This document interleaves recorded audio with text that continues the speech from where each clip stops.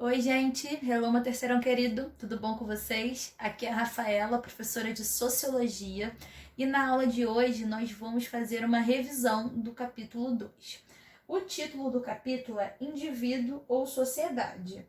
Vocês perceberam que a gente já começa o capítulo com uma pergunta, com uma indagação. O início do capítulo também não vai ser diferente. O capítulo nos convida a pensar. A pensar sobre o quê? Ele vai propor algumas questões para ajudar a gente a orientar os nossos estudos sobre indivíduo ou sociedade. Então, o que vem primeiro, o indivíduo ou a sociedade?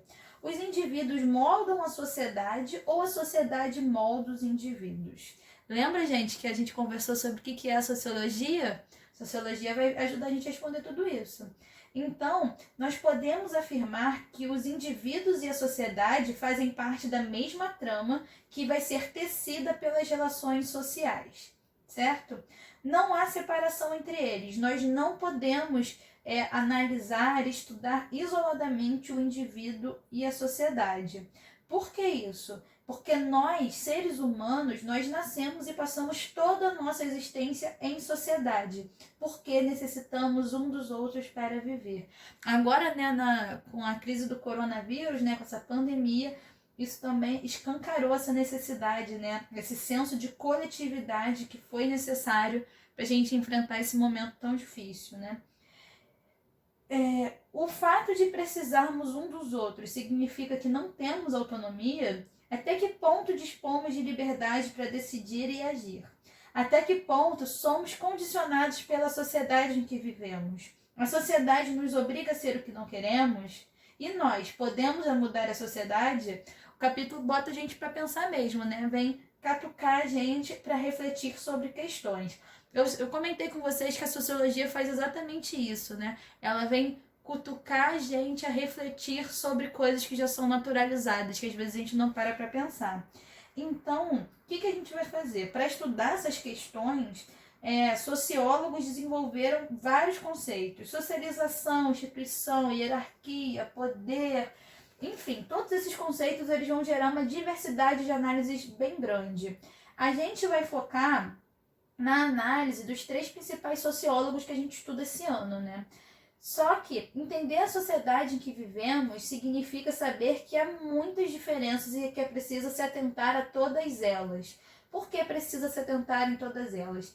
Mesmo considerando todas essas diferenças, gente, é importante não negligenciar nenhuma, e é importante também saber que há um processo de socialização formal. Que processo de socialização formal é esse? É um processo que é conduzido por instituições. Por exemplo, a escola, a igreja, e existe um processo também mais informal e mais abrangente, que ocorre, gente, desde sempre, inicialmente na família, com as vizinhanças, com seus grupos de amigos, com os meios de comunicação. A gente vai estar sempre nesse processo de socialização, de maneira mais formal ou informal, tá ok? O primeiro sociólogo que a gente vai estudar e a interpretação dele vai ser os indivíduos e as classes sociais segundo Karl Marx, certo? Para o alemão Karl Marx, os indivíduos devem ser analisados dentro do contexto de suas condições e situações sociais. Por quê? Porque os seres humanos produzem a sua existência em grupo. Então a gente não pode pegar o indivíduo e tirar ele do seu contexto, da sua situação social para analisá-lo. Para o Marx, ele vai dizer que o homem primitivo ele diferencia-se dos outros animais não apenas pelas suas características físicas, biológicas, o polegar opositor, não é só por isso, mas também por aquilo que realizavam no espaço na época em que vivia. Vai ser desde a época que os homens começam a caçar, que os homens começam a se defender criando os instrumentos. Os indivíduos construíram sua história e sua existência em forma de grupo social, tá? Aí o Marx também vai dizer que na sociedade de livre concorrência, livre concorrência é essa que é uma das principais características da sociedade capitalista, a gente vai começar a ter um indivíduo isolado. Como assim? Quando um trabalhador é contratado por uma empresa, ele vai assinar um contrato. O que esse contrato diz? Ele vai estabelecer a carga horária, qual o trabalho, quais são os afazeres, os deveres, os direitos e qual é o salário que aquele trabalhador vai receber para fazer essas atividades. Logo, a partir desse momento, a gente vai ter dois indivíduos se relacionando, o trabalhador e o empresário. Sempre lembrem-se disso, tá? O Marx, ele sempre vai analisar os diferentes pontos da sociedade através dessa lente da luta de classes, tá? Então, ele vai dizer exatamente que essa relação que se desenvolve não é apenas entre indivíduos, mas entre classes sociais. De um lado, o proletariado, né, a classe trabalhadora, e de outro lado, a classe burguesa, certo? Sendo que esses interesses do proletariado, do trabalhador e do burguês vão ser interesses opostos, certo? E aí o que vai acontecer? Vai emergir a figura do Estado para reduzir esse conflito, criando leis, certo? E de acordo com Marx, nós só podemos compreender a vida social contemporânea através da luta de classes. Gravem isso, certo? Que vai ocorrer todas as vezes que homens e mulheres procuram satisfazer as suas necessidades, tá? Reparem que eu coloquei lá no quadro, exatamente, eu sublinhei, né, a lente usada por cada sociólogo. O Karl Marx vai ser as classes sociais, agora a gente vai ver que o Emile Durkheim vai ser as instituições e o Max Weber vai ser a ação social. Mas não vou dar spoiler do que está vindo por aí, tá? Então vamos lá. O segundo sociólogo que a gente estuda, gente, vai ser o Emile Durkheim, né? E ele vai estudar as instituições e o indivíduo, tá? Então, por exemplo, para o Emile Durkheim, a sociologia vai ser a ciência das instituições sociais, sua gênese e seu funcionamento, tá? E para ele, sociedade sempre prevalece sobre o indivíduo. O coletivo vai sempre prevalecer sobre o individual. Por que ele afirma isso, gente? Porque ele afirma que, por exemplo, as regras, as normas, os costumes, as leis, elas criam uma consciência coletiva, certo? Isso também vai depender do indivíduo, porque existe uma forma de consciência coletiva que integra os membros da sociedade.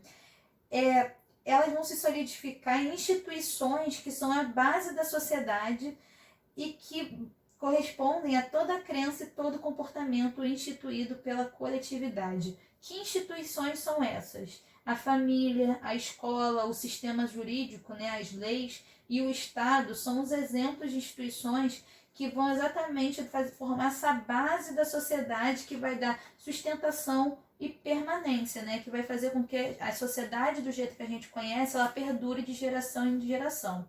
O Durkheim, para vocês terem uma ideia, ele dava tanta importância às instituições que ele vai definir a sociologia, né, como a gente viu, como a ciência das instituições sociais, a sua gênese e seu funcionamento. Tá? A herança passada por intermédio da educação às gerações futuras são os costumes, as normas e os valores que os nossos pais passam para a gente, que os pais dos nossos pais passaram para eles. Ou seja, cada membro de uma sociedade vai saber como agir para não desestabilizar essa vida comunitária, essa vida, né, em grupo. E a gente sabe que quem não age da forma estabelecida, da maneira esperada, é punido dependendo da falta cometida. O que eu quero dizer com isso? Por exemplo, o sistema penal é um exemplo dessa prática. Se um indivíduo comete um determinado crime, ele vai ser julgado e vai ser aplicado a penalidade de acordo com o que ele cometeu. Ele pode ser até preso, né? Ou pode ser também reeducado, né? Depois de algum tempo, ele faz aquelas medidas restritivas, medidas educacionais para poder ser reintegrado ao convívio social. Por último, gente, a gente vai estudar o indivíduo e a ação social do Max Weber. Ou seja, a lente usada pelo Weber vai ser a ação social, certo? O que o Weber entende por ação social? Primeiro, a gente tem que saber que o Weber ele vai ver a sociedade como uma coisa concreta, certo?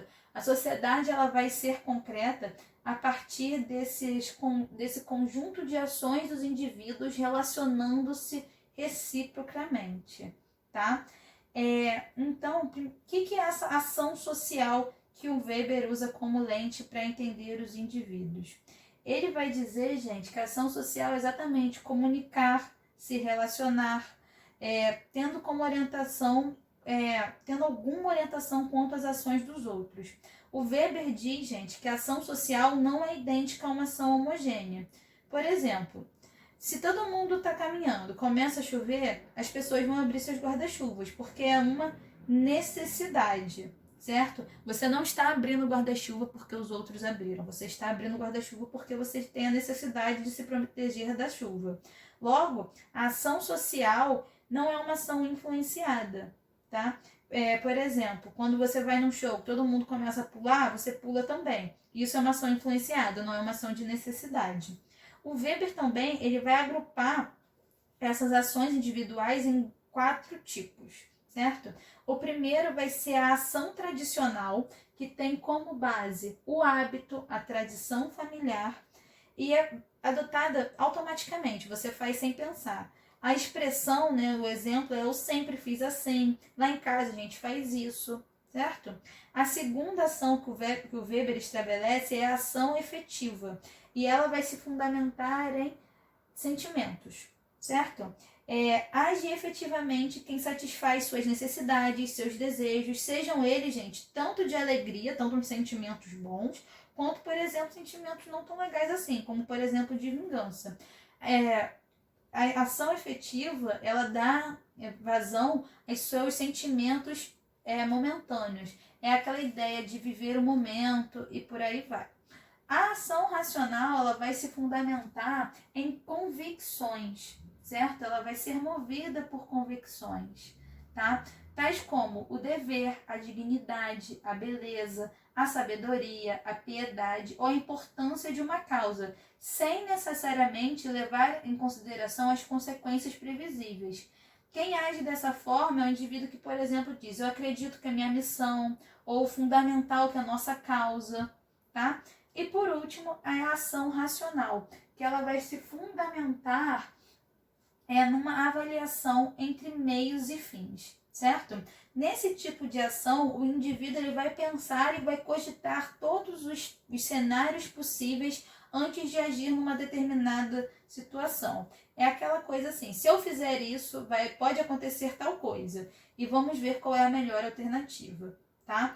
Para o Weber, esses tipos de ação social não existem em estado puro. Quando os indivíduos agem no cotidiano, mesclam alguns ou vários tipos de ação social, certo?